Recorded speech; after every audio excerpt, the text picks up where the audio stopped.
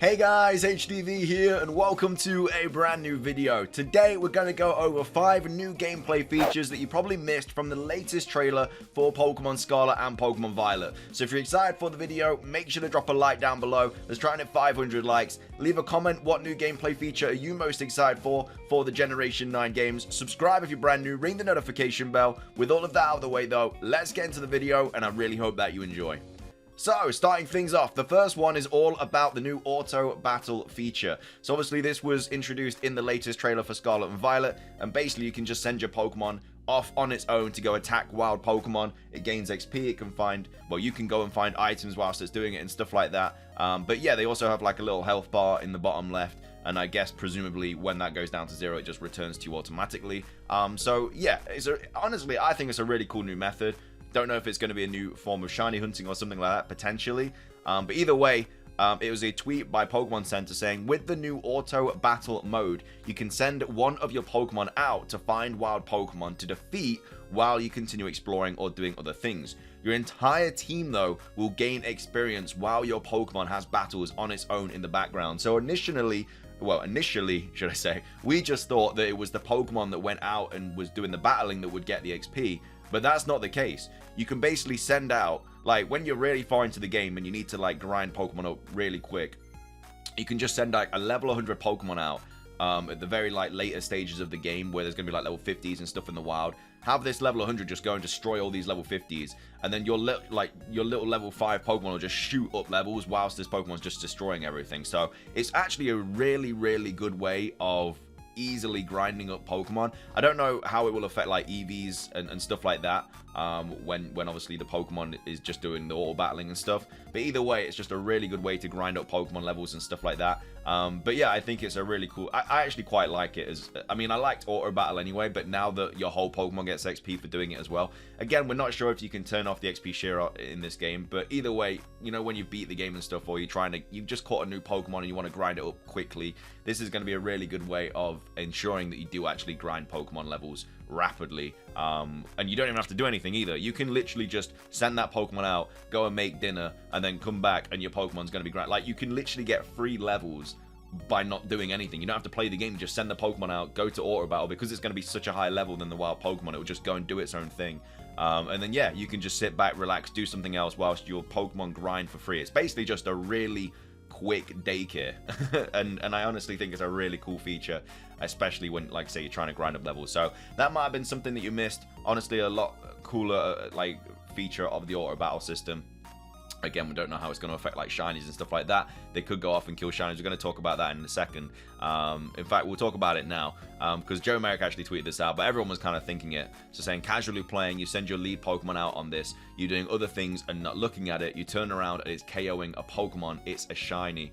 Have fun. So with Pokemon Legends Arceus, when a shiny appeared, obviously it made the little like glimmer sound or whatever, like the shine sound, so you knew that there was like a shiny nearby.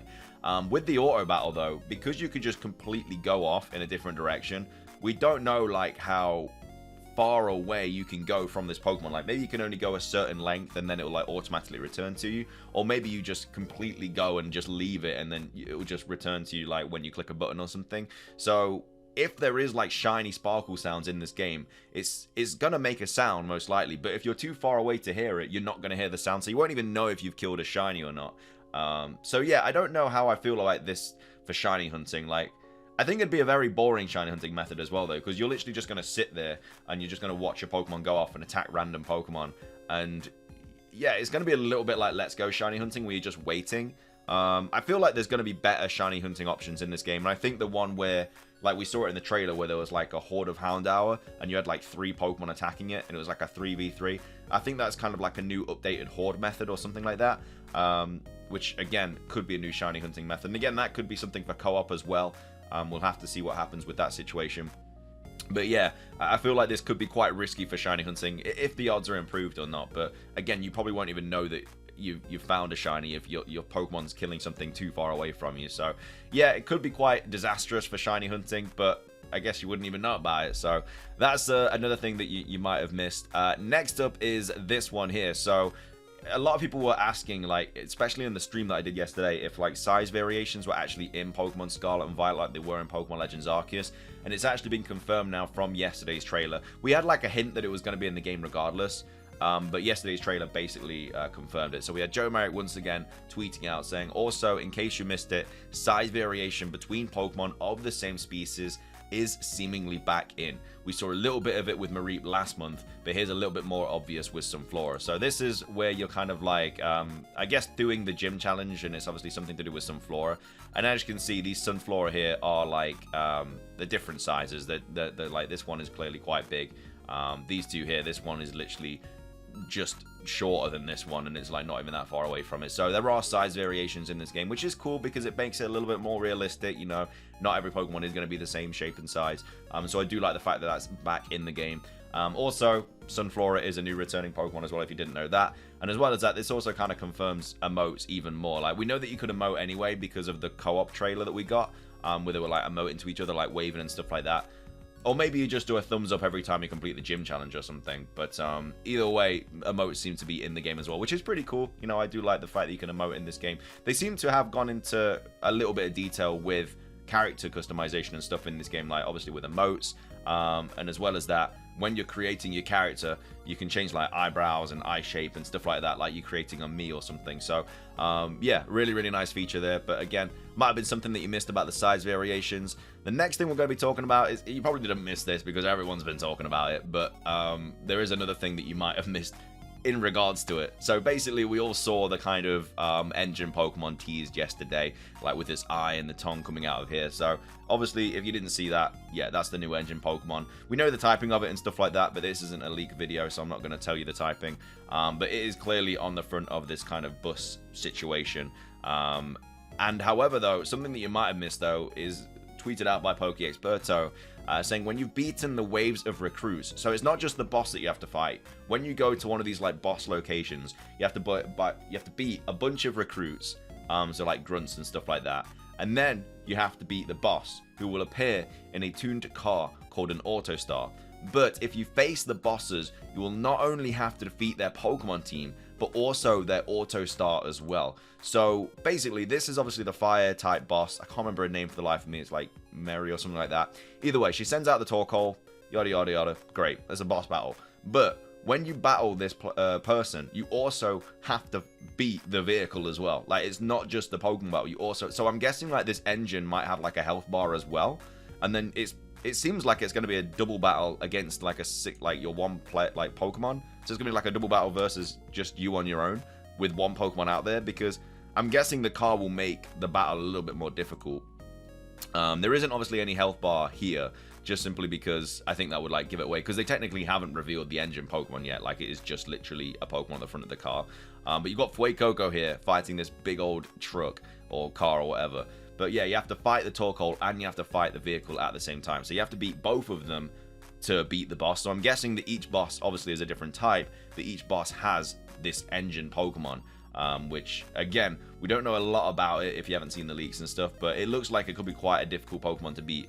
But yeah, I'm not sure what the situation is going to be there, where if it's like a 2 versus 1 or whatever. But yeah, we know it's like a new Pokemon. Like, this is literally with the tongue out here. Like, this is the eye here. I think we saw it blink in the trailer, but this is the tongue coming out of it here. So it is obviously a new Pokemon. We know it's a new Pokemon. It's the new engine Pokemon. But yeah, interesting to see that like these boss battles are going to be quite difficult. I think this is going to be quite a difficult game, to be fair, because the Titan bosses look quite difficult. These boss battles look difficult because it's 2-on-1. The gyms might be like the easiest thing to do, but of course there's no order to do the gyms, so you know, you could accidentally walk into a gym that you're probably not supposed to be at and then just, you know, lose to it. So that's something else that you might have missed. And finishing things off, we have the gym leaders. So this was tweeted out by PLDH, saying Pokemon Scarlet and Violet's gym battles take advantage of the game's new feature, the terrestrial phenomena, for a fun new twist. So when you battle against the grass-type gym leader, Brassius, he'll make a Sudowoodo's dream come true and turn it into a grass type for you to battle. So what's really cool about this is that basically every gym leader is going to have obviously like their typing. So this dude's obviously the grass type. We've also been introduced to Grusher as well, the ice type gym leader, and he's going to have like a team full of ice type Pokemon. But what's going to happen is they're also going to have, like, I don't know if it's going to be their ace Pokemon or something like that, but they are going to have a Pokemon in their team that isn't originally of that typing. So Sudowoodo here obviously isn't grass, but they're going to terrestrialize it into the typing of the gym.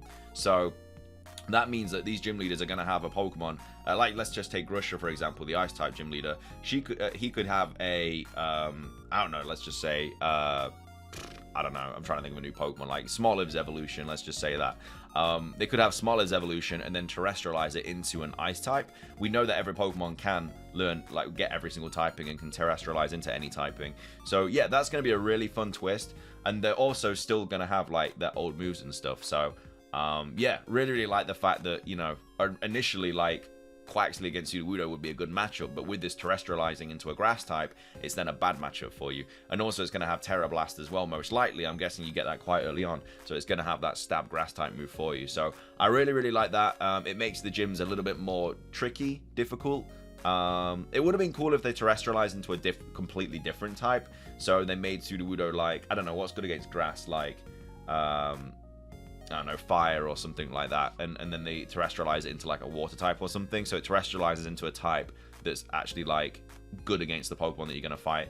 That would be really cool, but that doesn't seem to be the case. They just seem to terrestrialize a Pokemon into the typing of their gym. But either way, each gym leader is going to be able to do this, so it'll be interesting to see what kind of ace Pokemon or Pokemon they use to terrestrialize into. But anyway, that was 5 things that you probably missed from the latest Pokemon Scarlet and Violet gameplay trailer.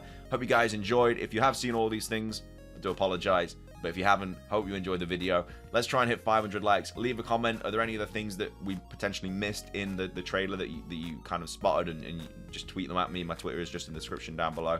Subscribe if you're brand new for daily Pokemon content. Ring the notification bell. It's everything from me, though. Have a fantastic rest of your day. And until next time, peace.